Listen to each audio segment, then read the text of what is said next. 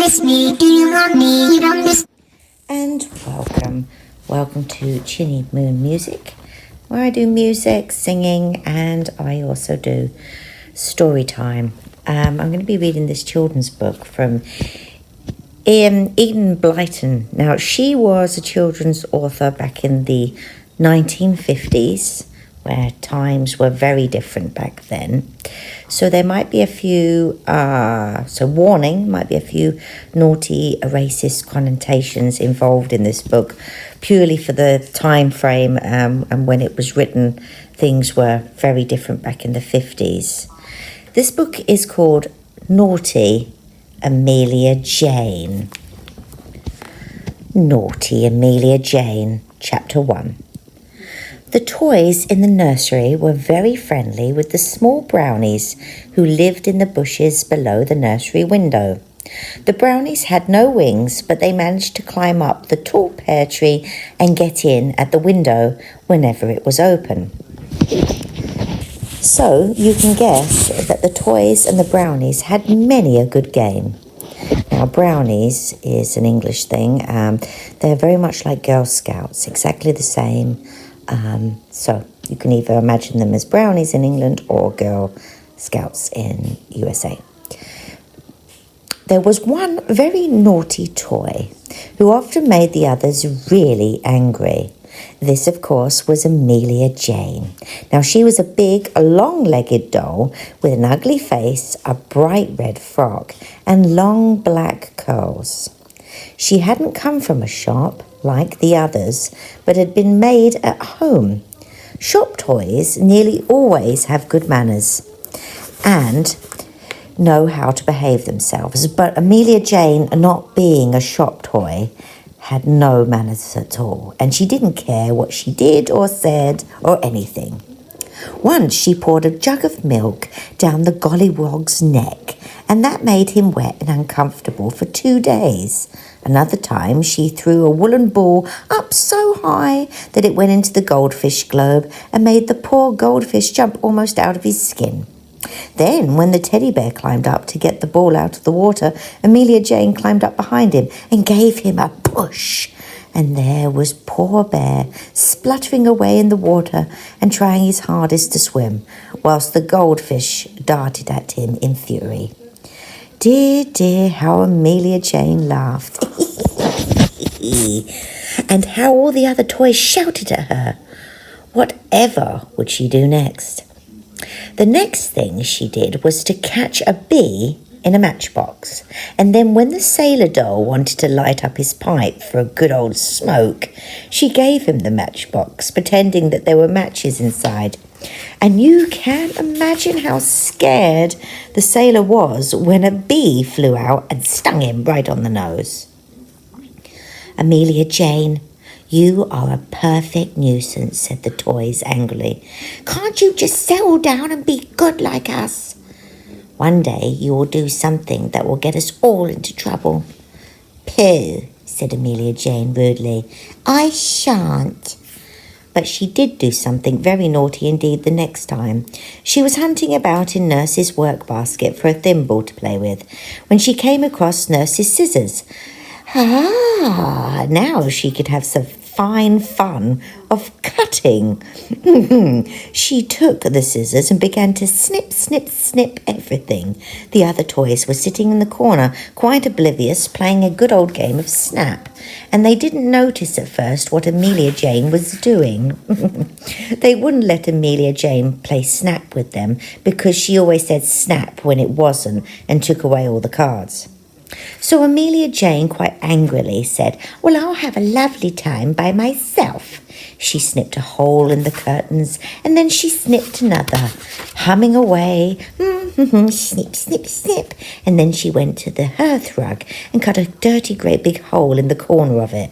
Then she found Nurse's handkerchief on the floor, and do you know, she cut it into 22 tiny pieces. It was one of Nurse's best hankies too, with a pretty lace edge, but Amelia Jane didn't care about that. Then she went to the carpet and began to snip little bits of it here and there. The carpet was a green one with red roses, and whenever Amelia could see a rose, she snipped it out. Goodbye, Rose. Goodbye, Rose. Wasn't it dreadful of her? The toys took no notice, still playing their game and having a good time. Amelia grew cross. She was really getting fed up with them having a good time. So what do you think she did? She went up behind the pink rabbit and snipped off his towel. Ah! You should have seen him jump. Ah! He yelled. She snipped off my towel, look. Oh, the wicked, wicked doll. And look what else she's done, cried the toys in horror. Ah! Pointing to all the spoilt things in the nursery. A spoilt hanky. She'd done the rugging and cut the carpet, and look, she's even done the frigging curtains too. Oh, what trouble we shall get into. Nurse will know it will be us toys, and she'll throw us all in the dustbin. Ah! The toys stared in horror at all the naughty things the doll had done. The pink rabbit cried bitterly, for he felt dreadful without a towel. Oh dear, how he would be laughed at now that he hadn't a towel. The gollywog put his arm round him and comforted him. Don't worry, Bunny, he said. We shall all love you just the same, even if you don't wear a towel and look just like a guinea pig. The pink rabbit cried even more. I don't want to look like a freaking guinea pig, he wept. I want to be like a rabbit again. I hate Amelia Jane. Punish her for me, golly. She's too wicked. Amelia Jane laughed. She loved doing naughty things. She liked seeing all the toys staring in horror at the mischief she had done. Ha ha, that would teach them to play snap without me. Give me those scissors, the gollywog demanded. I shan't, said Amelia Jane, twirling them round in her big hand. I said, give me those scissors, man, ordered the gollywog, his black hair standing all on end in anger.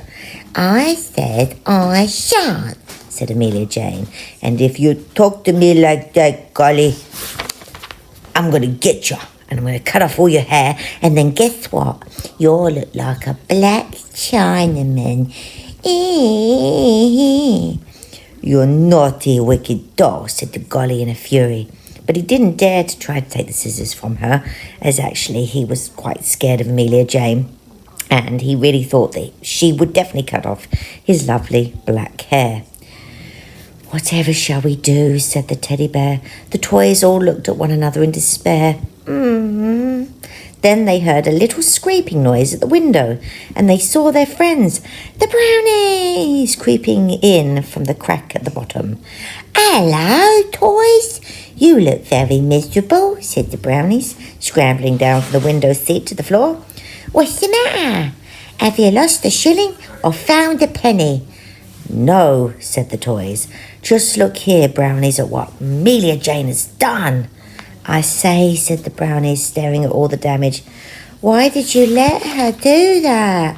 And why did you let her have scissors? She won't let us have them, said the golly.